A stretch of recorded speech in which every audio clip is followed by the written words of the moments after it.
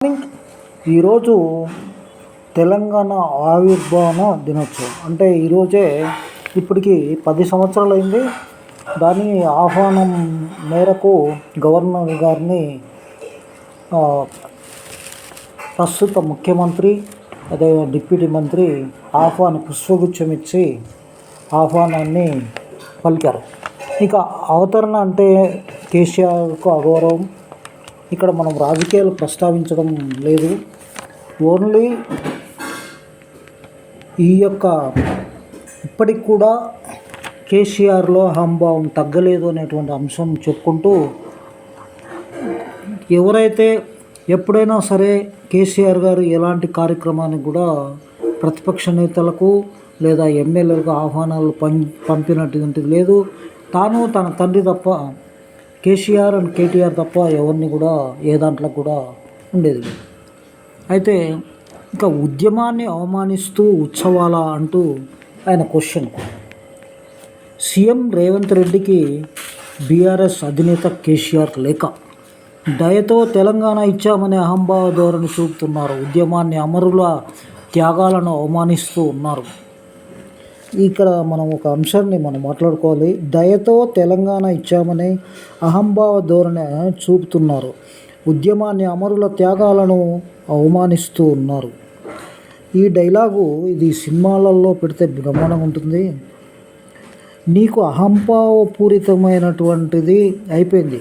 గత 10 సంవత్సరాలు అయిపోయింది తెలంగాణ వచ్చి. నీవు ముఖ్యమంత్రిగా ఉండి ఏమి ఎలగబెట్టావు? అమరుల త్యాగాలైనటువంటి వాళ్లకు ఏ విధమైన పెన్షన్స్ ఇచ్చావు? వాళ్ళని ఏ విధంగా సత్కరించావు? ప్రజలందరూ చూశారు. ప్రజలందరూ కూడా 10 సంవత్సరాల తర్వాత నువ్వు అబద్ధాలు చెప్పి విని అవే నిజాలు అనుకొని నమ్మారు. 10 సంవత్సరాలు కళ్ళు తెరిచే లోపల 10 సంవత్సరాలు అయిపోయింది. నీకు మొత్తం నీవు నీ యొక్క ఫ్యామిలీ బాగా డబ్బులు పోగేసుకొని విమానాలు, బస్సులు, రైళ్ళు కూడా కొనే పరిస్థితుల్లో ఉన్నట్లు కనిపిస్తుంది. కార్లు, ఇవన్నీ కూడా నీ యొక్క సంపద 10 సంవత్సరాల్లో ఎన్ని రేట్లు పెరిగిందో ఎవరికీ తెలియదు. ప్రజాపాలనలో ప్రజాస్వామ్యబద్ధంగా నీకు ఆహ్వానం పలికారు. నీకేదో స్టేజ్ మీద కూర్చొని ఇంకా కూడా ముఖ్యమంత్రి అనే నువ్వు అనుకుంటున్నావు. అక్కడ నీకు ప్రతిపక్షానికి ఒక మంత్రి హోదా ఉంటుంది కాబట్టి అక్కడ నీ పరిస్థితి కరెక్ట్గా ఉండదు. నువ్వు ఇప్పటికి కూడా అహంభావపూరితంతో రాష్ట్రం అంటే తెలంగాణ అంటే నేను అనేటువంటి మాటల్లోనే అదే భావంలోనే మీరున్నారు. కింద పడి నడ్డి విరిగిపోయినా కింద పడ్డా పైన పడ్డా నేనే హీరో, నేను లేకపోతే తెలంగాణ లేదు అనేది కూడా ఇప్పటికీ నువ్వు అహంభావపూరితంగా ఉన్నాయి. నీ మీద ఎన్నో అవినీతి అక్రమ కేసులు వస్తున్నా ఇప్పటి వరకు వదిలిపెట్టారంటే ఎన్నికల కోడ్ సరి అయిన సాక్ష్యాధారాలు దొరక్క కొంత లేట్ అయింది వాస్తవం. ఇప్పుడు బీజేపీ వాళ్ళు కూడా కోరుతూ ఉన్నారు సిబిఐ దర్యాప్తు ఫోన్ ట్యాపింగ్ చేయమని. ఇక్కడ 4 తర్వాత ఏ పార్టీ అధికారంలోకి వచ్చినా కేంద్రంలో నీ మీద దర్యాప్తు అనేది తప్పదు. బీజేపీ వచ్చినా నిన్ను వదలరు. సిబిఐకి ఇవ్వమన్నారు. సిబిఐకి రాష్ట్ర ప్రభుత్వం లెటర్ రాస్తే నీ మీద దర్యాప్తు చేసి అక్కడ ఏదైతే మీ కూతురైనటువంటి కల్వకుంట్ల కవిత జైల్లో ఉందో బీహార్ జైల్లో, నీకు కూడా అక్కడే జైల్లో పోవడానికి కొద్దిగా టైం పట్టే అవకాశం ఉంది. ఇప్పటికి కూడా అహంభావం పోలేదు అనేటువంటి మేము భావిస్తూ ఉన్నాం. ఇక ముఖ్యంగా అలాంటి మీరు చేసే ఉత్సవాలకు స్వార్థకత ఏముంటాయి అంటే, ఈ ఉత్సవాలు చేస్తే లాభం ఏంటి? స్వార్థకత అంటే ఆయన దృష్టిలో మహాపండితుడు, ఎంఏ తెలుగు చదివినటువంటి కాబట్టి స్వార్థకత ఏంటి అంటున్నాడు. స్వార్థకత నీ స్వార్థం. ఇందులో నీకు ఇంకా డబ్బులు వచ్చే అవకాశం లేదు, అదేవిధంగా నిధులు వచ్చే అవకాశాలు లేవు. కంపెనీ వాళ్ళు ఇవ్వరు, సింగర్ అనే వాళ్ళు ఇయ్యరు నీకు కవితకు, కాబట్టి నీకు స్వార్థకత లేదు. ఇక మనం భావిస్తే దయతో తెలంగాణ ఇచ్చామనే అహంభావ ధోరణి చూపుతున్నారు. ఇది చాలా మనము తెలుసుకోవాల్సినటువంటి అంశం. దయతో ప్రజలందరికీ ముష్టి పడేసినట్టు దళిత బంధు ఇస్తున్నా, డబుల్ బెడ్రూమ్ ఇస్తున్నా అనే దయతో, అంటే ఆయన ఇంట్లో నుంచి ఫామ్ హౌస్లో ఎర్రబెల్లి నుంచి సంపాదించి ఇచ్చినట్టు ఆయన భావిస్తున్నారు. ఉద్యమాన్ని, అమరుల త్యాగాలను అవమానిస్తున్నారు. ఎవరిని అవమానించడం లేదు, అందరినీ గౌరవిస్తూ ఉన్నారు. నువ్వు 10 సంవత్సరాల్లో పెన్షన్స్ ఇవ్వకపోతే వాళ్ళని గుర్తించి ఒక గంటలో తెలుసుకోవాల్సినటువంటి అంశాలను కూడా 10 సంవత్సరాల్లో వాళ్ళకి పెన్షన్ కూడా ఇవ్వలేదు. కేవలం కులాల వారీగా కనుక్కోవడానికి కోసం ఒక రోజులో సర్వే చేపించి ఏ కులం వాళ్ళు ఉన్నారు, ఎవరిని పట్టుకుంటే ఓట్లు పడతాయనేటువంటిది సర్వేని చేపించావు ఒక రోజులో. ప్రజలు తెలియక అమాయకులు కాబట్టి ఆ విధంగా లీడర్లను పట్టుకొని వాళ్ళ ద్వారా నువ్వు ఓట్లు గెలుచుకోవడం ఇప్పుడు చూస్తూ ఉన్నాం మనం. ఫోన్ ట్యాపింగ్ రావులను పెట్టుకొని డబ్బులన్నీ సంపాదించుకొని లంచాలు ఇచ్చి ఓటర్లను కొనుక్కోవాలనుకున్నావు. కానీ దానికి 10 సంవత్సరాలు టైం పట్టింది. 10 సంవత్సరాల్లో ఒకే ఒక్కడు రేవంత్ రెడ్డి నిన్ను చావు దెబ్బ కొట్టాడు. అప్పుడు నువ్వు ఓడిపోవడం జరిగింది తప్ప కేవలం ఆషామాషిగా నిన్ను ఓడియడం జరగలేదు. ప్రజల్లో నువ్వు చెప్పే మాయమాటలు, అబద్ధాలు, అదేవిధంగా చేస్తామనే పని చేయకపోవడం, నువ్వు నీ మనసులో ఒకటి చెప్పడం, బయటికి ఒకటి చెప్పడం, ప్రజలను మసిపూసి మారేడు చేయడం. మీ కుమారుడు కోటీశ్వరుడు లంగా అయినటువంటి వ్యక్తిని ఈ ఫామ్ హౌస్లు కట్టుకొని ప్రజల యొక్క ఆస్తులను ఇష్టం వచ్చినట్టు ధరణిని కూడా, అది కూడా రాబోతూ ఉంది. కాంగ్రెస్ ప్రభుత్వం నిన్ను వదలదు.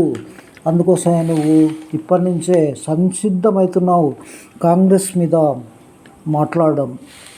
ఇక తెలంగాణ రాష్ట్ర అవతరణ దశాబ్ది ఉత్సవం ఒక ఉత్తేజకరమైన సందర్భమే. కానీ ఇది మంచిదే అంటున్నాడు. కానీ కాంగ్రెస్ ప్రభుత్వము రాష్ట్రాన్ని తిరోగమన దిశగా తీసుకెళ్లిందనే ఆరోపణలు వెల్లువెత్తుతున్నాయి. ఆరోపణ నువ్వే చేయి. 7 లక్షల కోట్ల అప్పు చేశావు. అప్పుకు మెత్తి కూడా కట్టలేని పరిస్థితి ఇప్పుడు ప్రభుత్వానికి ఉంది. మెక్కి లక్షల కోట్ల రూపాయలను ప్రజలకు ఓట్లకు డబ్బులు పంచి గెలవాలనుకున్నావు. మోసపూరితమైనటువంటి పనులతోటి నువ్వు 3వసారి అధికారం వచ్చి ప్రతి ఒక్కరి నెత్తి మీద కూర్చొని సవారీ చేయాలనుకున్నావు. దాన్ని ప్రజలు కనుగొన్నారు కాబట్టి నిన్ను ఇంటికి పంపించారు. ఈ నేపథ్యంలో ప్రభుత్వం నిర్వహిస్తున్న ఉత్సవాల్లో కేసీఆర్ పాల్గొనడం సమంజసం కాదని బీఆర్ఎస్ ఇదంతా బోగస్ ఉద్యమకారులు, తెలంగాణ వాదులు అభిప్రాయం వ్యక్తం చేస్తున్నారని రాశారు. నీ యొక్క అభిప్రాయాన్ని వాళ్ళ మీద రుద్ది వాళ్ళ పేరుతోటి రాపించావు. తెలంగాణ అస్తిత్వాన్ని అవమానిస్తున్న మీ వికృత పోగడలకు నిరసిస్తూ ప్రభుత్వము నిర్వహించే దశాబ్ది ఉత్సవాలకు బీఆర్ఎస్ పార్టీ పాల్గొనడం లేదు. మీ బీఆర్ఎస్ పార్టీ అనేది ఉంటే కదా, బీఆర్ఎస్ పార్టీ ఇప్పుడు టీఆర్ఎస్ కాదు, ఒక ప్రాంతీయ పార్టీ కాదు. మోడీని ఢీకొని, కొండను ఢీకొని నీ తలకాయ పైలిపోయింది అని భావిస్తున్నాం అని భారత రాష్ట్ర సమితి అధ్యక్షుడు మాజీ సీఎం కేసీఆర్ చంద్రశేఖరరావు పాల్గొన్నారు. మీరు చెప్పే అంశాలు ప్రజలు చెప్తున్నారని చెప్పి తప్పించుకునే ప్రయత్నం చేస్తున్నారు. తెలంగాణ దశాబ్ది ఉత్సవాల్లో పాల్గొనాలని ఆహ్వానిస్తూ రేవంత్ రెడ్డి రాసిన లేఖకు ప్రతిగా కేసీఆర్ శనివారం సీఎం రేవంత్కు బహిరంగ లేఖ రాశారు. అందులో కేసీఆర్ పేర్కొన్న అంశాలు ఇవే. రాష్ట్ర అవతరణ ఉత్సవాల నిర్వహణపై మీ ప్రభుత్వం ఇటీవల నిర్వహించిన అఖిలపక్ష సమావేశానికి ప్రధాన ప్రతిపక్షమైన బీఆర్ఎస్ను ఆహ్వానించకపోవడం అప్రజాస్వామిక వైఖరికి నిదర్శనం. బీఆర్ఎస్ను కావాలని విస్మరించి మీ సంకుచిత్వాన్ని మరోసారి నిరూపిస్తున్నారు. నన్ను దశాబ్ది ఉత్సవాలకు ఆహ్వానం తీరు నోటితో మాట్లాడుతూ నొసటితో వెక్కిరిస్తున్నట్లుగా ఉందని, ప్రాణాన్ని పణముగా పెట్టి ఆమరణ నిరాహార దీక్షతో ఉద్యమాన్ని విజయతీరాలకు చేర్చిన నన్ను ఆహ్వానించిన తీరు ఎంతో అవమానకరంగా ఉంది. తెలంగాణ ప్రజా పోరాటానికి నాయకత్వ స్థానంలోకి నిలిచిన నాకు వేదికపై స్థానం కల్పించలేదు. రాష్ట్ర సాధనలో నాకున్న అనుభవాలు పంచుకునేలా ప్రసంగించే అవకాశము నీ ప్రసంగాలు అవసరము లేదు. నీ ప్రసంగాలు చెప్పి అబద్ధాలు చెప్పి ప్రజల యొక్క ఆస్తులను గుంజుకొని నీ ఆస్తులు పెంచుకున్నావు కాబట్టి నీ ప్రసంగాలు వినే ప్రసక్తి లేదు. విన్నా కూడా నీవు జీవితంలో నీ పార్టీ మళ్ళీ అధికారంలోకి వచ్చే అవకాశమే లేదు. ఇక్కడ నీవు ఎవరైతే కాంగ్రెస్ను మింగేశావు, తెలుగుదేశం మింగావు, సిపిఐ అన్ని పార్టీలను కలుపుకున్నావు. ఇప్పుడు నీ పార్టీ మనుగడ లేకుండా పోయావు. బీజేపీతో అవసరాలు తీరిన తర్వాత బోడీ అనడం అదే నీ మెడకు చుట్టుకున్నది, ముఖ్యంగా కవితకు చుట్టుకున్నది అనేది కూడా చెప్తే బాగుంటుందని భావిస్తున్నాం. సమయభావంలో త్వరగా చదివే ప్రయత్నం చేద్దాం. తెలంగాణ స్ఫూర్తిని దెబ్బతీసేలా ఉత్సవాలు జరుగుతున్న తీరును ఉద్యమకారులు ఇప్పటికే నిరసిస్తున్నారు. ఎవరయ్యా నిరసిస్తున్నారు? నువ్వు కవిత ఢిల్లీలో జైలు పోయిందని చెప్పి నినాదం చేశావు. అందరినీ మీ బీఆర్ఎస్ కార్యకర్తలను బస్సుల దగ్గర నిలబడతారు, ఆడవాళ్ళే వెంటబడి కొట్టారు. గతంలో మీ అధికారం ఉంది కాబట్టి పోలీసులతో చెప్పి మీరు ధర్నాలు, మీ యొక్క ట్రాక్టర్లు, దొంగ ట్రాక్టర్లు, సబ్సిడీలు, మోసాలు చేసిన ట్రాక్టర్లను రోడ్లకు అడ్డంగా పెట్టి కవిత జిందాబాద్ అని ఢిల్లీకి పంపించి ప్లైన్లలో ఎవడి సొమ్మని నువ్వు ఖర్చు పెట్టినావని తెలంగాణ సమాజం అడుగుతూ ఉంది. తెలంగాణ ముఖ్యమంత్రి అయినా ప్రజలకు ప్రాణప్రదమే జై తెలంగాణ నినాదాన్ని ఇప్పటి వరకు నోటి నిండా పలకలేని మీ మానసిక వైకల్యాన్ని ప్రజలు ఆక్షేపిస్తున్నారు. ఇక ముందైనా తెలంగాణ వ్యతిరేక మానసికత నుంచి బయటకు పడి జై తెలంగాణ నినదించే వివేకాన్ని తెలంగాణ సమాజం మీ నుంచి కోరుకుంటుంది. జై తెలంగాణ కాదు, తెలంగాణ రాష్ట్రం ఏర్పడిన తర్వాత జై తెలంగాణ అనేటువంటి నినాదాన్ని మర్చిపోయి నువ్వు జై భారత్ అని అంటూ పార్టీని విస్తరించుకున్నావు, ప్రధానమంత్రి కావాలనుకున్నావు, నీ యొక్క సేవలు ఇక్కడ అవసరం లేదనుకున్నావు. కాబట్టి ప్రజలు కూడా నిన్ను బొందబెట్టేసి పంపించేశారు గెలవకుండా. సీఎంగా బాధ్యత చేపట్టి 6 నెలలు అవుతున్నా ఇప్పటి వరకు తెలంగాణ అమరవీరుల స్తూపాన్ని సందర్శించక శ్రద్ధాంజలి ఘటించకపోవడం ద్వారా ప్రజల మనోభావాలను గాయపరిచారు. అదేవిధంగా కాంగ్రెస్ భిక్షగా ప్రచారం చేస్తున్న మీ భావ దారిద్ర్యానికి నేను నిరసిస్తున్నాను. అదేలేండి, సోనియా గాంధీ గారు దేవత అన్నావు, నీకు విలీనం చేస్తున్నావు, తర్వాత దయ్యం అన్నావు, అదే నీ విఘ్నత అనేది ప్రజలకు తెలియదు అనుకుంటున్నావు. ప్రతి వాళ్లకు తెలుసు నువ్వు చేసినటువంటి మోసపూరితమైనటువంటి పనులు. 1969 నుంచి 5 దశాబ్దాల పాటు తెలంగాణ ఉద్యమ ప్రస్థానంలో చరిత్ర పొడుగున కాంగ్రెస్ రక్తసిక్తం చేసిందని దాచేస్తే దాగని సత్యం. 1952 ముల్కీ ఉద్యమంలో సిటీ కాలేజీ విద్యార్థులపై కాల్పులు జరిపి 4 విద్యార్థుల ప్రాణాలు పట్టున పెట్టుకోవడం మొదలు కాంగ్రెస్ క్రూర చరిత్ర కొనసాగింది. మీ యొక్క చరిత్ర 1200 మందిని అందరినీ రెచ్చగొట్టి బలిదానం చేసినటువంటి వ్యక్తి నువ్వు కాదా అని కూడా ప్రజలు, సమాజ సేవకులు కూడా అడుగుతున్నారు. మీ దమన నీతికి సాక్ష్యం అమరుల స్తూపం. తెలంగాణ తొలిదశ ఉద్యమంలో 369 మంది యువకులను కాల్చి చంపిన కాంగ్రెస్ దమన నీతికి సాక్ష్యమే గన్ పార్క్ అమరవీరుల స్తూపం. ఆ స్తూపాన్ని కూడా ఆవిష్కరించనీయకుండా అడ్డుపడిన కాంగ్రెస్ కర్కశత్వం తెలంగాణ చరిత్ర పుటల్లో నిలిచింది. మలిదశ ఉద్యమంలోనూ వందలాది మంది యువకుల ప్రాణాలను బలికొన్న పాపం కాంగ్రెస్ పార్టీదే. తెలంగాణకు కాంగ్రెస్ చేసిన అన్యాయాన్ని సరిదిద్దడానికి జరిగిన చరిత్రాత్మక ప్రయత్నంలో భాగంగా ఆవిర్భవించిన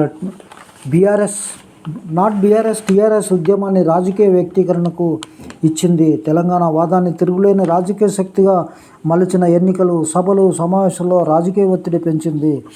ఇక తెలంగాణ గుండె గాయపడుతుంది. అదేవిధంగా మీకు తెలంగాణ రాజకీయమే అవకాశం. తెలంగాణకు కాంగ్రెస్కు తెలంగాణ ఒక రాజకీయ అవకాశమే తప్ప మనపూర్వక ఆమోదం కాదు. కాంగ్రెస్ ఎన్నటికీ మారదని మీ ప్రవర్తన, మీ పార్టీ ప్రవర్తన స్పష్టమవుతుంది. నాడు నేడు ఎన్నడూ అంతే. తెలంగాణలో గత 6 నెలలుగా సాగుతున్న మీ పరిపాలన ఎందుకు?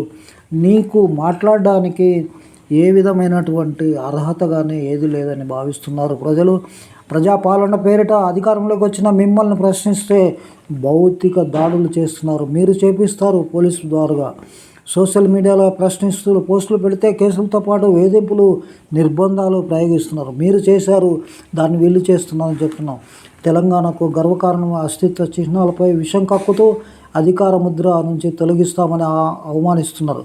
మీ వైఫల్యాల నుంచి ప్రజల దృష్టి మళ్లించేందుకు వ్యర్థ ప్రయత్నాలు చేస్తున్నారు. తెలంగాణకు అన్నం పెట్టిన కాకతీయ రాజులను అవమానిస్తూ కుతుబ్ షాల కాలంలో నిర్మించిన చార్మినార్కు మలినాన్ని ఆపాదిస్తూ మీ సంకుచిత్వం తెలంగాణకు హానికరం.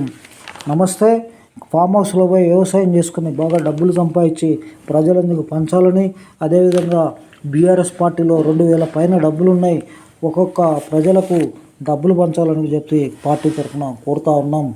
నమస్తే, థ్యాంక్ యూ వెరీ మచ్.